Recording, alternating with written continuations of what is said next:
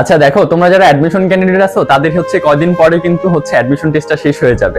Admission টেস্টটা শেষ হয়ে যাওয়ার পর কিন্তু তোমার বাসায় দুই রকমের পরিস্থিতি সৃষ্টি হতে পারে। একটা হবে খুব ভালো, আর না হয় হবে খুব খারাপ। দুইটা পরিস্থিতি আমি তোমার সামনে তুলে ধরবো। জাস্ট তুমি ডিসাইড করবা যে হচ্ছে কোন পরিস্থিতির ভিতর দিয়ে তুমি যেতে চাচ্ছ। তুমি কি ভালোটার দিকে যেতে চাচ্ছ, নাকি তুমি তোমার বাসায় খারাপ পরিস্থিতি সৃষ্টি করতে চাচ্ছ। তো চলো একটু তোমার সামনে ভিজিবল করা যাক যে হচ্ছে তোমার সামনে কি কি পরিস্থিতি সামনে আসতে যাচ্ছে। ওকে, প্রথমত তোমার সামনে আমি যেটা নিয়ে বলবো সেটা হচ্ছে যদি তুমি সাকসেসফুল হও বা হচ্ছে ভালো একটা রেজাল্ট করো। আচ্ছা জাস্ট চিন্তা করো তো, যখন তুমি ভালো একটা রেজাল্ট করতেছো তখন তোমার বাবা মা, তুমি নিজের ভিতরে কতটা গর্ববোধ হবে। জাস্ট এটুকু একটু কল্পনা করো, তুমি তোমার বাসায় যখন রেজাল্টটা দেওয়ার পর তুমি কল করে বলতেছো বা তোমার বাসায় তোমার মানুষজনকে বলতেছো, ওই সময়ের সিচুয়েশনটা কত সুন্দর একটা সিচুয়েশন ক্রিয়েট হবে।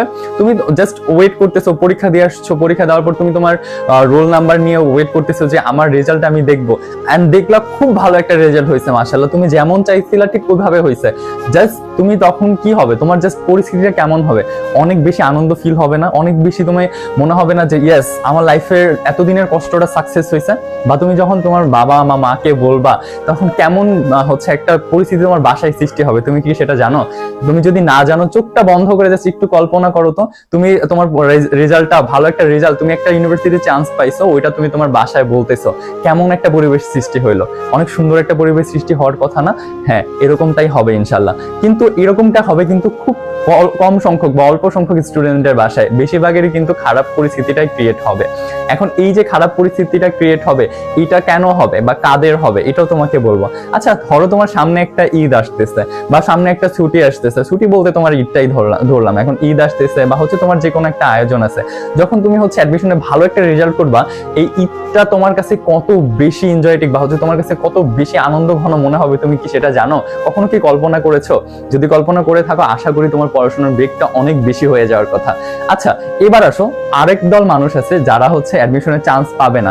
আশা করি তুমি ওই কাতারে পড়তে চাচ্ছ না, তো তারপর আমি হচ্ছে তোমাকে ওই পার্টটা বলবো, কারণ হচ্ছে এই পার্টটার মানুষের সংখ্যাই কিন্তু অনেক বেশি, যারা চান্স পায় না এদের সংখ্যা কিন্তু অনেক বেশি।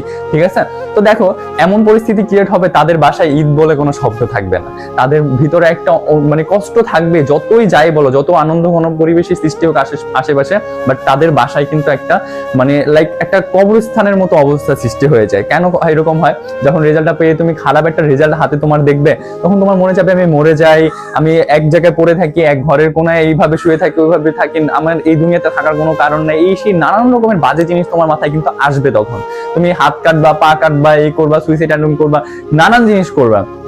তোমার একটা বন্ধু তোমার সাথে পড়ছে, তোমার চেয়ে খারাপ স্টুডেন্ট ছিল, ও গিয়ে যখন দেখবা স্ট্যাটাস দিতেছে যে হচ্ছে আলহামদুলিল্লাহ এই ইউনিভার্সিটি হয়ে গেছে, ওই ইউনিভার্সিটিতে হয়ে গেছে, এই সাবজেক্ট আসছে, ওই সাবজেক্ট আসছে, তখন তোমার কাছে এত বেশি খারাপ লাগবে, এত বেশি কষ্ট লাগবে, মনে হবে নিজেকে নিজে কতক্ষণ থাপড়াই যে কেন আমি এই সময়টাকে লস করছি, কেন আমি আমার সময়টাকে ঠিকভাবে কাজে লাগাই নাই। যে এই যে পরিস্থিতিটা ক্রিয়েট হবে, তোমার বাবা মা তোমার উপর থেকে মুখ সরাই নিবে। ভাই মানো আর না মানো, কিছু মাসের জন্য, কিছু সময়ের জন্য হলো তোমার বাবা মা তোমার উপর থেকে মুখ সরাই নিবে, তোমাকে তাদের ভালো লাগবে না বা হচ্ছে তাদেরকে তোমার ভালো লাগবে না, এরকম মনে হবে। কেন জানো? জাস্ট একটা খারাপ রেজাল্টের জন্য, জাস্ট তুমি সময়টাকে ভালোভাবে কাজে লাগাও নাই তার জন্য।